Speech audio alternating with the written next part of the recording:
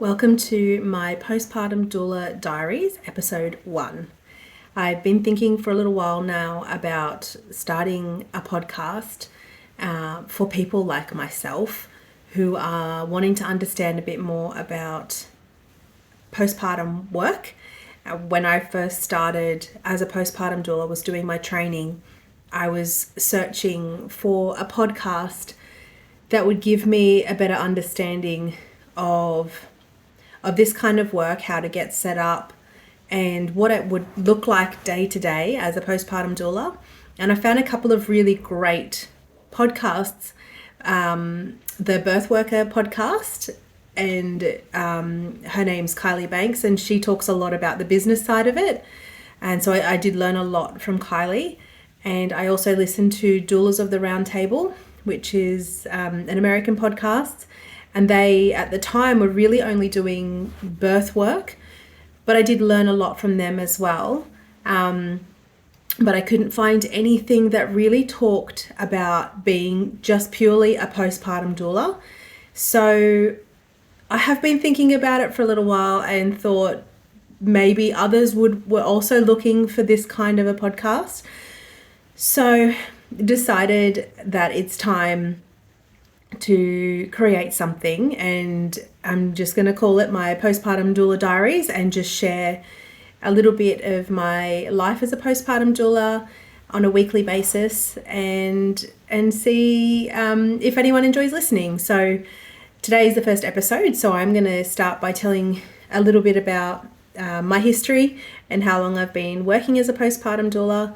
I'm a postpartum doula in Australia, in Newcastle, Australia, in New South Wales, and I registered my business in July of 2023, and it is now the very end of August 2025. So pretty much been doing it for a good solid 2 years now, and I never in a million years imagined just how busy I would be. And I'm not exaggerating in the slightest. When my partner and I first talked about me starting this business, we really weren't sure if there'd be much of a demand for this kind of support.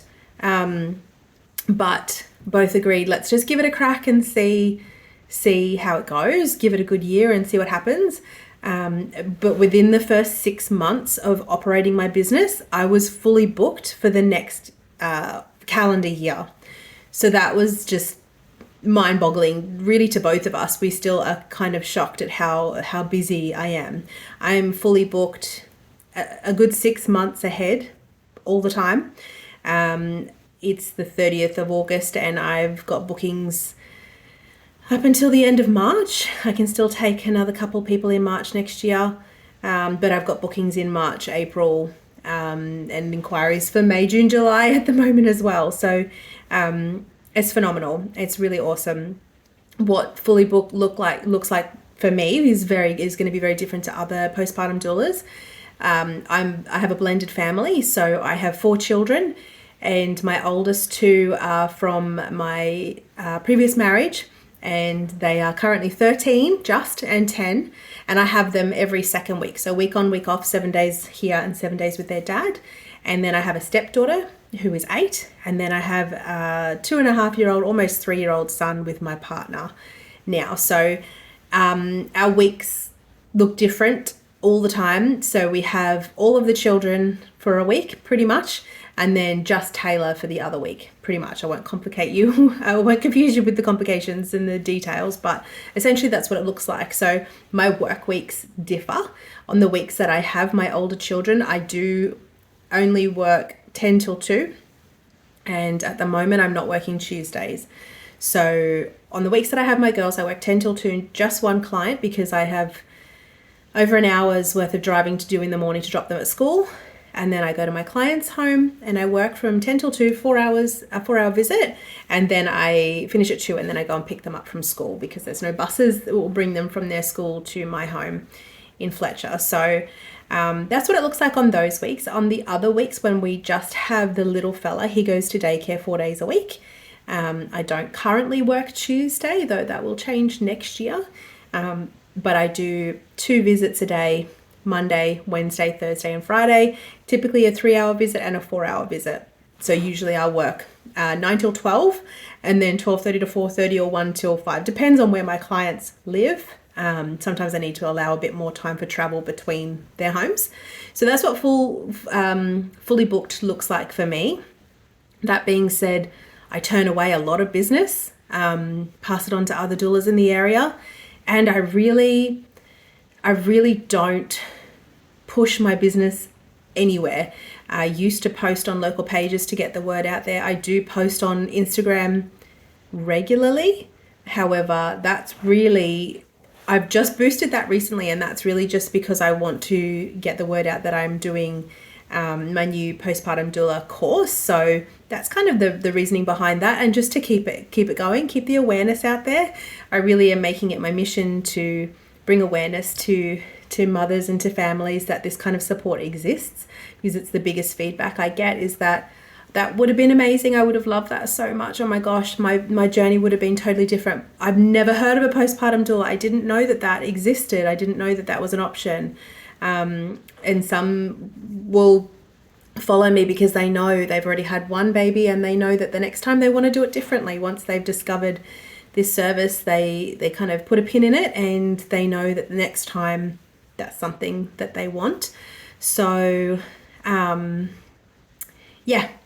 aside from that, I really am not pushing the business out there in my mind at all. I don't pay for advertising. I don't share, I don't market it anywhere. It's just word of mouth, and which is awesome. There's so many people in Newcastle now who are aware of this kind of support, and they're telling their friends, and the word's getting out there, which is really, really awesome. So I lose my train of thought regularly. I need to write notes down to where I'm up to. That's a bit of a backstory on my business and how it's been running, what fully booked looks like for me, and then moving into 2026, potentially working for maybe 4.5 days a week. Some weeks will be 5 days, I'm sure. I have put my little fella into daycare 5 days next year. So I have the potential to take more clients on, which I'm super excited about. I am getting inquiries for it, so I'm not concerned that I won't be able to fill those days. So obviously I have to pay for daycare, so I need to take that into consideration. So the way that I run my business is a little bit different to others.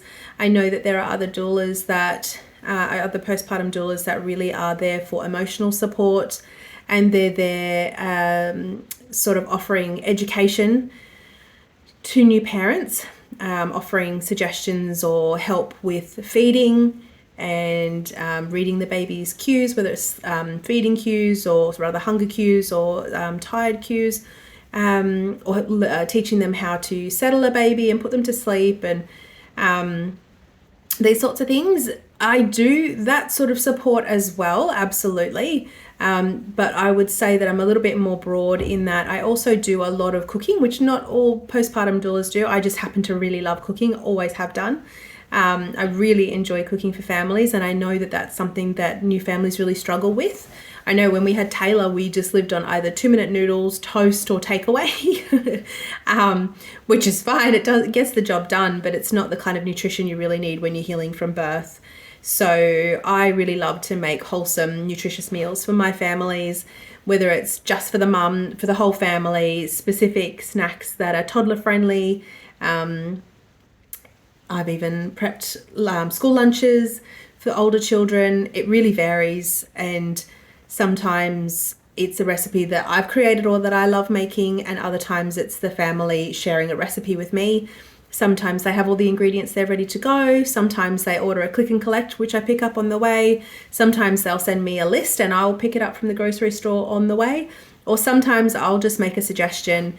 Do you guys need any meals organised for this week? Do you need dinner organised? What about this, this and this? They might pick from a few suggestions, and then I'll say, okay, these are the ingredients I probably need. Do you have any of this? Like I might say, do you have any eggs or any onions or garlic? So because I don't want to double up, and then we just kind of chat via text message on my way or in the morning before the visit, and then I'll just go and get the groceries that are required for those meals, take them with me to the visit, and I just leave the receipt on the counter for them to reimburse me when they get a chance. So it's really simple, and then I just start making the meals. And whether it's could be lunch for that day, maybe it's soup or toasties or poached eggs on toast, or goodness knows, it could be anything. So sometimes it's meals for that day, sometimes it's meals for later in the week, sometimes it's meals for the freezer, sometimes breakfast for the week. I'm always going on about overnight oats because if you enjoy them, they are super handy. They're so quick. They literally just pull them out of the fridge and you can eat them straight away.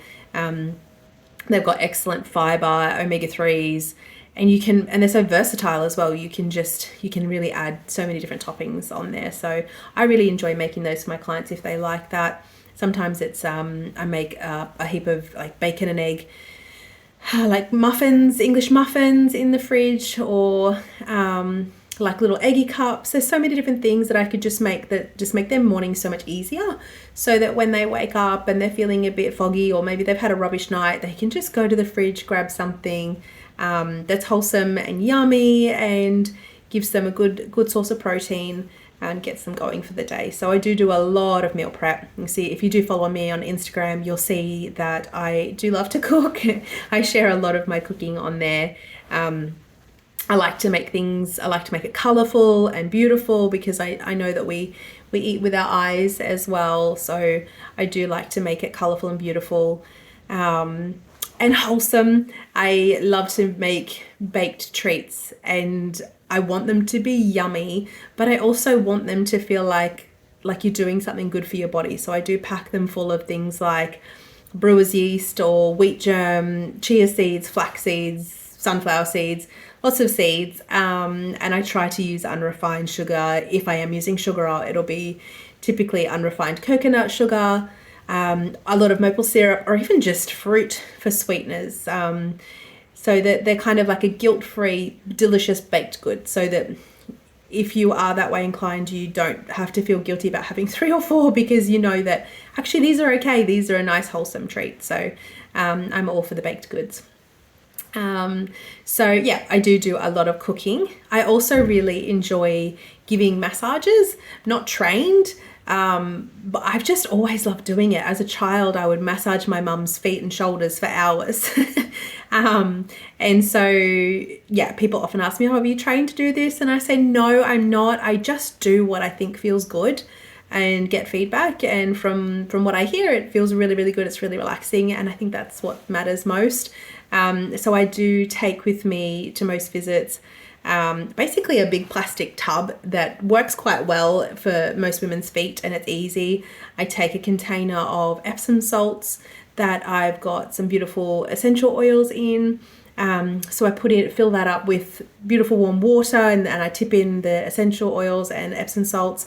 Sometimes it's got a bit of dried flowers or maybe some fresh lavender from my garden.